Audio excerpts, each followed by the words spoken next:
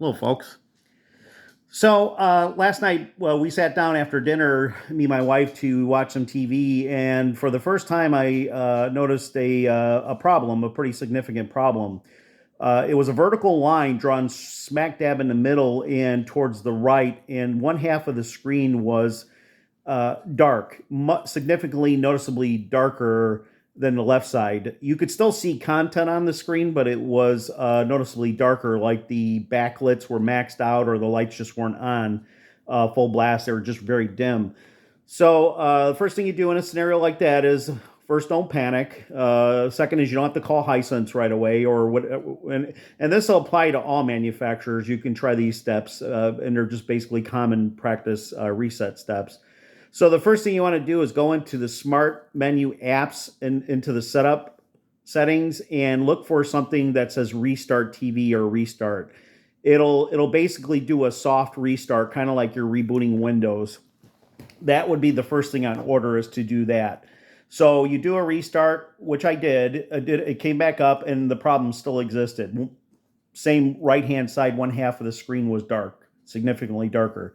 So then I proceeded to step two, which is to just remove full power. Now, many will say to only do this for 15 or 30 seconds, but I highly recommend you go at least a minute or up to 2 minutes, because these main boards have significantly large capacitors that hold energy, and you need those to discharge fully to be able to reset any problems, declare the motherboard if there's any errors on it. So you need to remove power completely.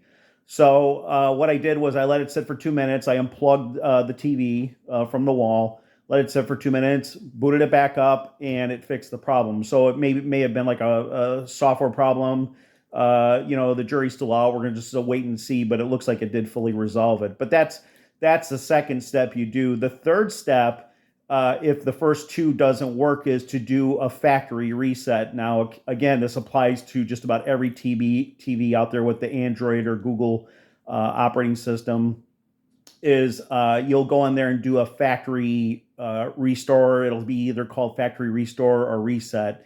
I'm not specific on to what, I've had LGs, I've had older Samsungs, but you're just going to look for something of that terminology. And basically, that's going to reset it to the factory default from when you got it in the box brand new.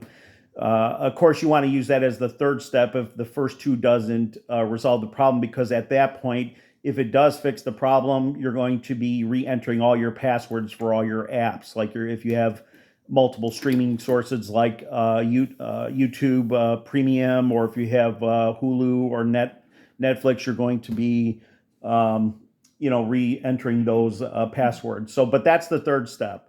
Obviously, the fourth step, if none of those resolve the issue, you're going to be calling the manufacturer. In my case, it's Hisense. Now, this is I'm in month 10 of ownership of my Hisense U 8K 75-inch, and it's other than just doing a occasional reboot due to slowness. Partially, some of those issues could be resolved if I went more often into the individual apps and cleared out the cache holdings in each app. That would speed some things up. But sometimes you just need a soft reboot. And again, a soft reboot is going into the menu and doing just say restart. That's kind of the equivalent of doing a Windows restart.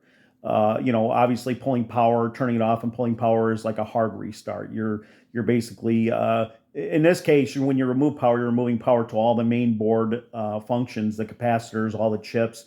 You're de-energizing. And the reason why I recommend at least going maybe up to 2 minutes, I have seen scenarios with certain working IT almost 30 years. I've seen scenarios where computer problems like mainboard issues or errors weren't resolved until I let the computer sit significantly longer than the 15 or 30 seconds. That's kind of the quoted time that a lot of people tell you to reset electronics. I've had to sometimes let things sit for more than 5 minutes, and it did eventually clear those weird errors out. So that's pretty much where you're going to resolve. Obviously, the last step is going to be to call Hisense. In this case, we have a 2-year warranty on this. On the newer Hisenses, I had a 2021 model. It was an H9G. That one had a 1 year on it. So at least with this, I have a 2-year factory warranty. And this TV, I did not buy the Best Buy, or if had I bought it from Amazon, I would have bought their warranty plan. But I did not buy the additional warranty plan because in this case, unless it's a screen failure after the warranty, I'm going to be the one that's replacing, like if a main board fails, or circuit board, because they're pretty easy to access, and I'm pretty, I come from a technical background, working, IT, and having a car background and a pretty much technical background. I can pretty much figure this out. But if you're not wanting to get get into the technical side, I would highly recommend doing your warranty up to 5 years. Now, keep in mind, and most know this, but some don't, that if you have your first 2 year manufacturer warranty, in this case on the Hisense, that's going to still be, you're going to be contacting Hisense for the first 2 years. After that, if it's a 5 year, the remainder of the other 3 years is Best Buy Geek Squad's going to be, if that's the case, if you're using Best Buy, you're going to be going through Best Buy Geek Squad. So try those steps. The scenario: do a restart in the menu. If that doesn't fix it, do completely remove power to the set. Wait at least a good minute or two. I'd highly recommend 2 minutes, like I said. If that doesn't work, the third step would be to go to a factory default reset to bring it back to the way it was out of the box. And of course, if that all else fails, number four is going to be calling the manufacturer for warranty repair. Okay, thanks.